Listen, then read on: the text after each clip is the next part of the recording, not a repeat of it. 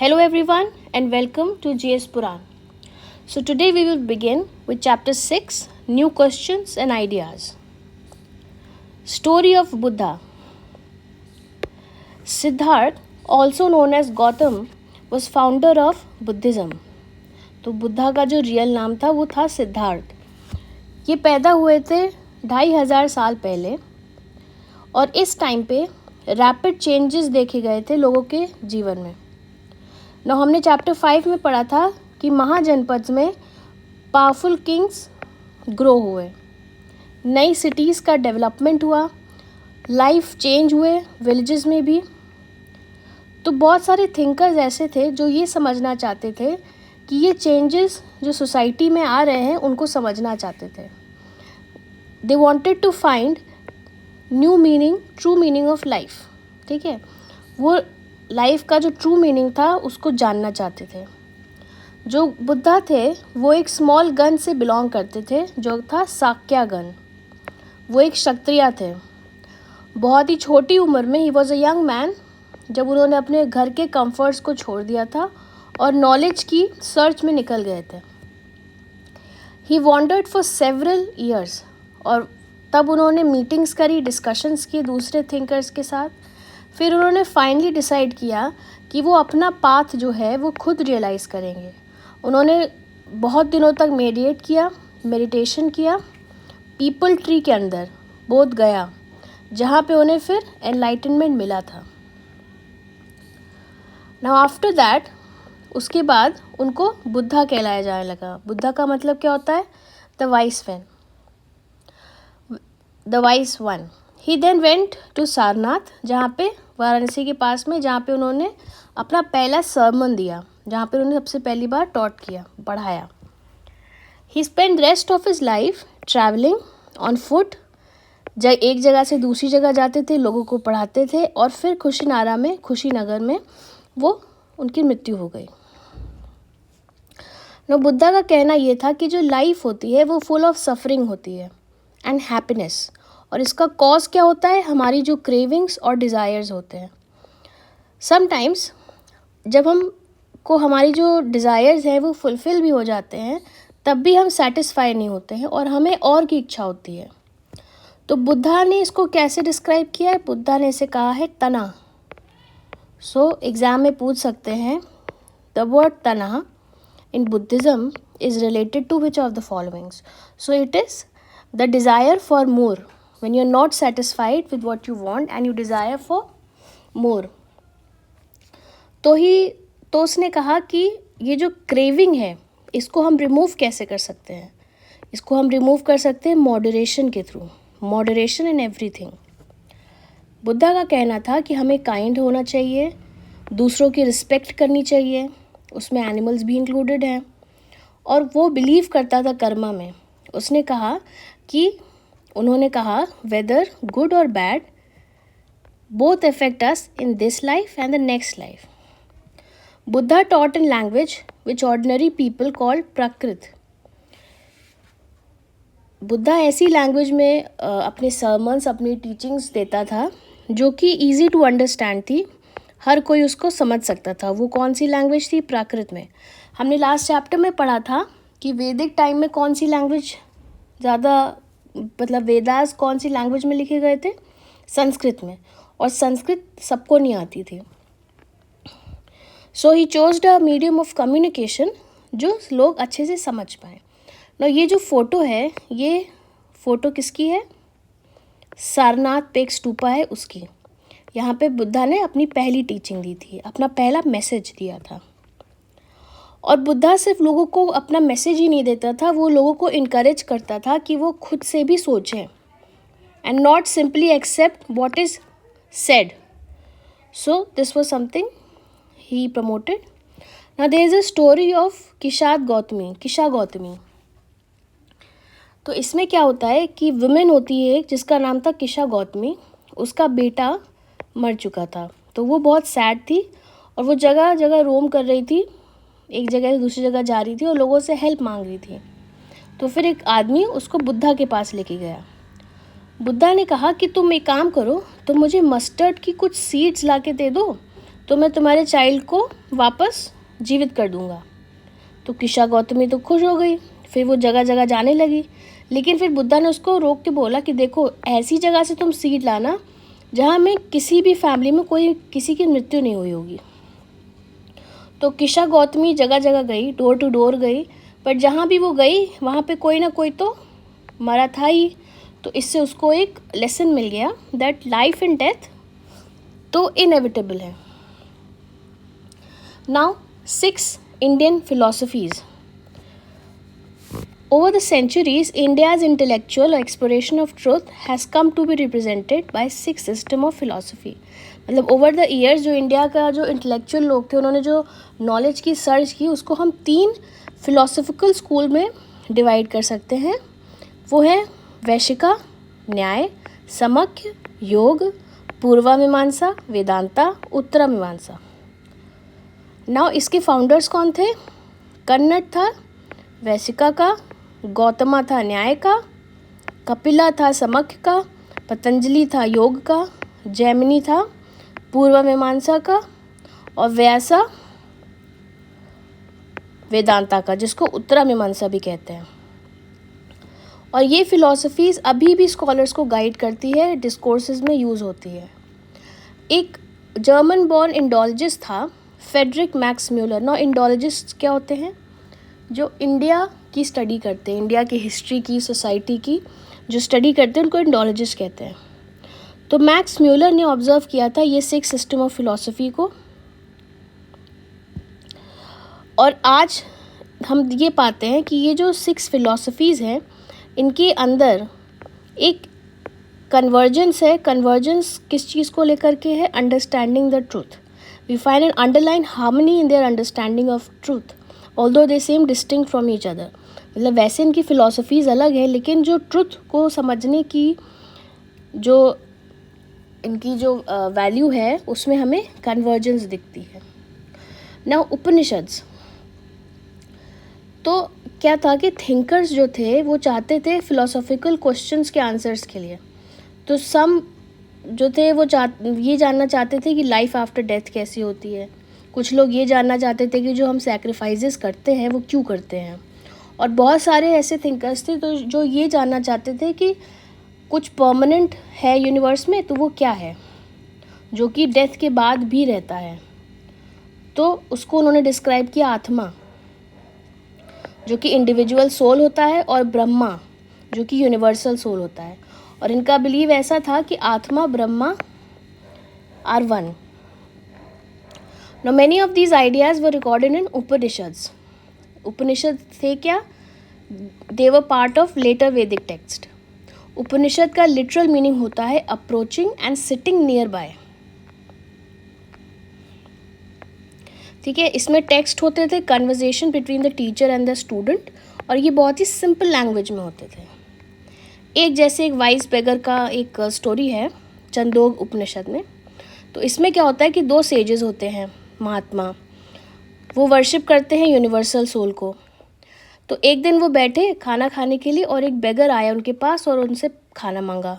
तो उन्होंने कहा कि हमारे पास तो मतलब बचा वो कुछ फूड है नहीं, जो है वो हमारे लिए है।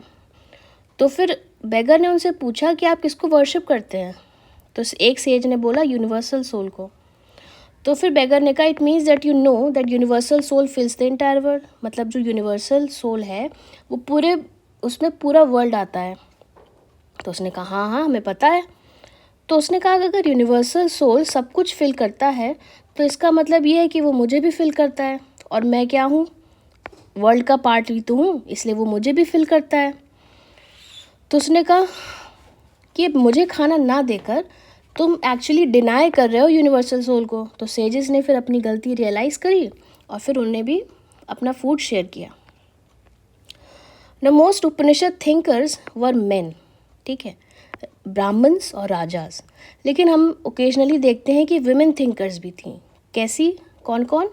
गार्गी, अपाला, घोषा एंड मैत्री। ठीक है, so you can note these names here that famous women thinkers कौन थी। और ये लोग डिबेट में भी पार्टिसिपेट करते थे। पुअर लोग तो रेयरली डिस्कशन में पार्ट लेते थे, लेकिन एक एक्सेप्शन इसमें है, वो है सत्यकामा जबला। इसका जो नेम है वो उसकी मम्मी के नाम पे है, जो एक स्लेव वुमेन थी, Javali. And he had a great desire to learn about reality. तो इसका एक टीचर था, ब्राह्मण टीचर था, गौतमा, उसने इसको एक्सेप्ट कर लिया और वो बेस्ट नोन थिंकर बन गया अपने टाइम का। कौन? Satyakama जबला।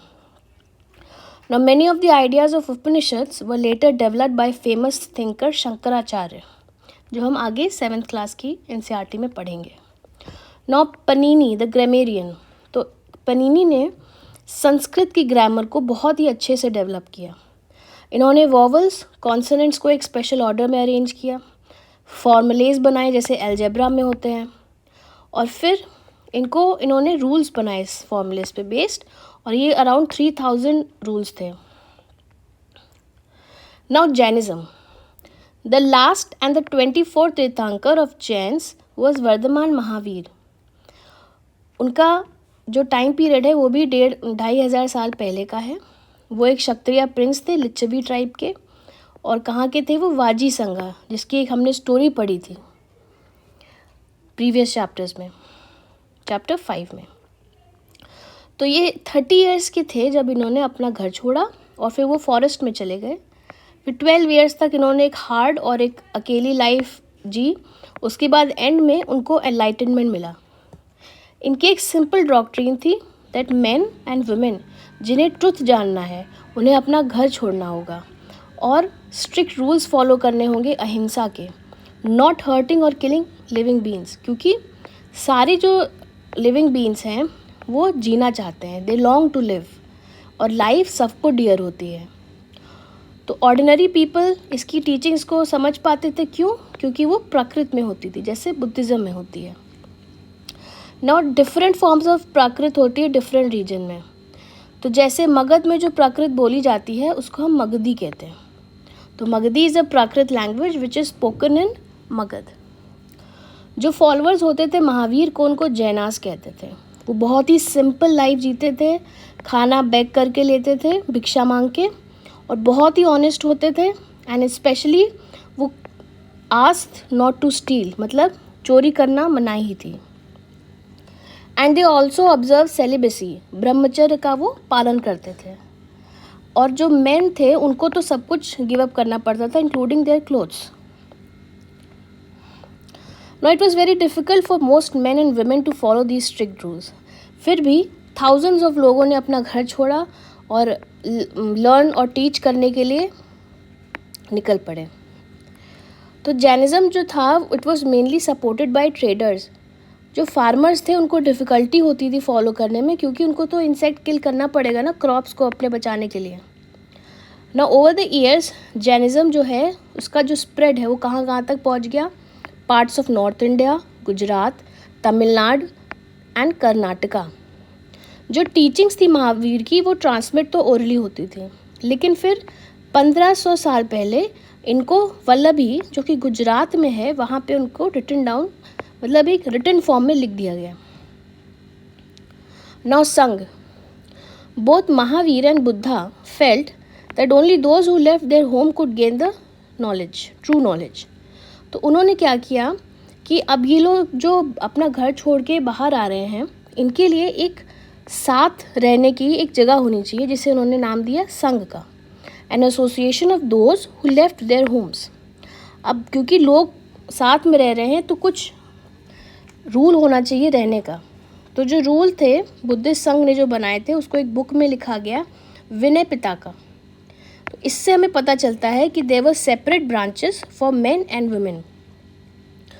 All men could join the sangha, लेकिन चिल्ड्रन जो थे वो अपनी मम्मी पापा की, पेरेंट्स की परमिशन से, स्लेव्स अपनी मास्टर की परमिशन से, किंग की परमिशन से। वो लोग जो उनके साथ काम करते हैं, अगर कोई किंग के अंडर काम कर रहा है और वो ज्वाइन करना चाहता है तो उसे किंग की परमिशन चाहिए। जो डेप्टर्स होते हैं उनको अपने क्रेडिटर की परमिशन चाहिए, और वुमेन को अपनी हस्बैंड की परमिशन चाहिए। Main women who joined the संघ वो बहुत ही सिंपल लाइफ लीड करते थे, मेडिटेशन करते थे, सिटीज़ और विलेजेस जाते थे, फूड के लिए बेग करते थे, और एक फिक्स्ड आवर्स होते थे उसके। इनको कहते थे भिखुस। इनका ये प्राकृत वर्ड है फॉर रिनाउंसर, जिसने सब कुछ त्याग दिया है, और भिकुनीज फॉर फीमेल्स। ये दूसरों को पढ़ाते थे, उनकी हेल्प करते थे, क्वारल्स को भी सेटल करते थे जो संघ में होते थे। Now those who joined the Sangh were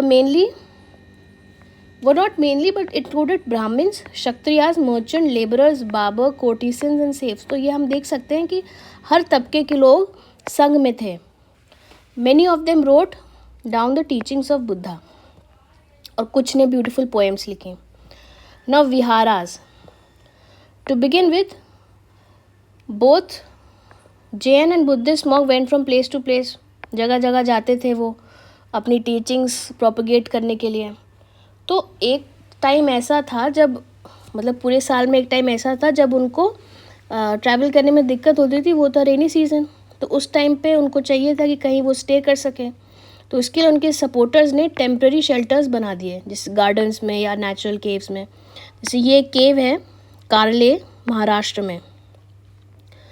now जैसे जैसे टाइम बीता तो जो सपोर्टर थे भिखुस और भिखुनीस के, उन्होंने एक ऐसी नीड समझी कि परमानेंट शेल्टर्स होने चाहिए, तो इसीलिए मोनेस्ट्रीज बनी, और इनको क्या कहते थे, विहारास। तो पहले जो ये विहारास थे वो वुड के थे, फिर ब्रिक के बनने लगे। कुछ केव्स में भी थे जो कि हिल्स में बनाए जाते थे, जैसे स्पेशली इन वेस्टर्न इंडिया, जैसे हमारे एलोरा केव्स हैं जो हम आगे पढ़ेंगे महाराष्ट्र में। नाउ एक बुद्धिस्ट टेक्स्ट हमें ये बताता है कि जैसे रिवर्स अपना नाम, अपना सब कुछ भुला के ओशन में मिल जाती हैं, माइटी ओशन में, वैसे ही वर्ना, रैंक्स, फैमिली सब भूल जाते हैं जब वो बुद्धिस्ट संघ को ज्वाइन करते हैं। जो ये विहारास जहाँ बनते थे, इसकी जो लैंड होती थी वो रिच मर्चेंट, लैंड ओनर्स या किंग डोनेट करते थे, और जो लोकल पीपल थे वो गिफ्ट्स देते थे, food, clothing, medicine to bhikkhus and bhikkhunis. In return वो लोग अपनी टीचिंग्स इनको देते थे। ओवर द सेंचुरीज बुद्धिज़्म बहुत पार्ट में स्प्रेड हो गया, और एक नया फॉर्म भी बुद्धिज़्म का आया जिसको कहते हैं महायान बुद्धिज़्म। इसके दो डिस्टिंक्ट फीचर थे। पहला फीचर ये था कि अभी तक बुद्धा की प्रेजेंस को साइंस से डिनोट करते थे, जैसे एनलाइटनमेंट वो shown by a people tree, क्योंकि उसी के अंडर उनको एनलाइटनमेंट मिला था। लेकिन महायान बुद्धिज़्म में क्या हुआ कि हम स्टैचूज़ बनाने लगे, जैसे कि हमें मथुरा और तक्षशिला में दिखता है। सेकंड चेंज था बिलीव इन बोधिसत्वास। तो बोधिसत्वास में बिलीव बढ़ गया। बोधिसत्वा क्या होते हैं, वो लोग जो एनलाइटनमेंट अपना अचीव कर चुके हैं एंड वो चाहें तो कंप्लीट आइसोलेशन में रह सकते हैं और मेडिटेशन कर सकते हैं पीस में, लेकिन उन्होंने चूज़ किया कि वो वर्ल्ड के साथ अटैच्ड रहेंगे और लोगों को हेल्प करेंगे कि वो भी एनलाइटनमेंट अचीव कर सकें। तो ये ब्रांच जो बुद्धिज़्म की है वो हमें कहाँ मिलती है, central Asia, China and later Korea and Japan. Buddhism जो था वो वेस्टर्न और south western part of India में भी स्प्रेड किया, जहाँ पे डजन्स ऑफ केव्स हैं भिखुस के लिए। जो बुद्धिज़्म की ब्रांच श्रीलंका, म्यांमार, थाईलैंड और ईस्टवर्ड, साउथ ईस्टवर्ड एक्सपैंड हुई, जैसे कि इंडोनेशिया, उसको थेरावाड बुद्धिज़्म कहा गया। वो ओल्डर फॉर्म ऑफ बुद्धिज़्म है, यहाँ पे ज़्यादा ये पॉपुलर है। Now stages of life and आश्रम। आश्रम क्या होते हैं, 4 आश्रम होता है। आश्रम का मतलब होता है स्टेज ऑफ लाइफ। तो 4 आश्रम क्या हैं, ब्राह्मण्स मतलब ब्रह्मचर्य, गृहस्थ, वनप्रस्थ और सन्यास। ब्राह्मण, क्षत्रिय, वैश्य को एक्सपेक्ट करते थे कि हिंदुइज्म में कि वो एक सिंपल लाइफ लीड करें और वेदास को स्टडी करें अर्ली लाइफ में। ये कौन सी स्टेज है, ब्रह्मचर्य मतलब सिंपल और पढ़ाई करो। गृहस्थ में उनको शादी करनी थी और एक अपना हाउस होल्ड चलाना था। सॉरी। वनप्रस्थ में, जैसे कि नाम से पता चलता है वन, तो उन्हें फॉरेस्ट में रहना था और मेडिटेशन करना था। सॉरी। एंड सन्यास में उनको सब कुछ गिव अप करके सन्यासी बन जाना था। So the system of ashram followed a person to spend some part of their life in meditation. Now, pilgrims. तो मेन वुमेन जो थे वो जर्नीज़ अंडरटेक करते थे होली प्लेस में, जैसे अभी भी लोग जाते हैं। तो इसमें क्या है कि चाइनीज़ बुद्धिस्ट पिलग्रिम्स हमें पढ़ने को मिलते हैं, जैसे कि फाहिन, ह्यूंग सैंग, आई किंग। ना इनकी क्रोनोलॉजी को याद करना ज़रूरी हो जाता है क्योंकि एग्ज़ाम्स में पूछा जा चुका है। नाउ ये जो जब आए तो इन्होंने अपने अकाउंट ऑफ जर्नी बताई, तो उससे हमें हिस्ट्री का एक सोर्स हमारे लिए वो हो गया। Now Nalanda a unique centre of learning. Now as you all know, I think, I hope that Nalanda अभी बहुत न्यूज़ में है। क्यों न्यूज़ में है ये आप मुझे कमेंट सेक्शन में बताएंगे। तो नालंदा आया था ह्यूंग सैंग, और बहुत सारे अलग पिलग्रिम्स भी आए थे। नालंदा कहाँ है? बिहार में। ये बहुत फेमस बुद्धिस्ट मोनेस्ट्री है। यहाँ के टीचर्स तो की हाईएस्ट एबिलिटी थी, टैलेंटेड थे, और ये बुद्धा की टीचिंग को बहुत सिंसियरली फॉलो करते थे। रूल्स थे यहाँ पे बहुत स्ट्रिक्ट, डिस्कशंस होते थे, old young mutually help each other. और यहाँ पे गेट कीपर होता था जो डिफ़िकल्ट क्वेश्चन पूछता था जो भी न्यू एंट्री लेते थे। तो एंट्री तभी मिलती जब आप आंसर कर पाते इन क्वेश्चंस को। तो 7 और 8 out of 10 were not able to answer this. तो सक्सेस रेट कितना हो गया? 20 to 30% लोग ही अंदर जा पाते थे। Okay.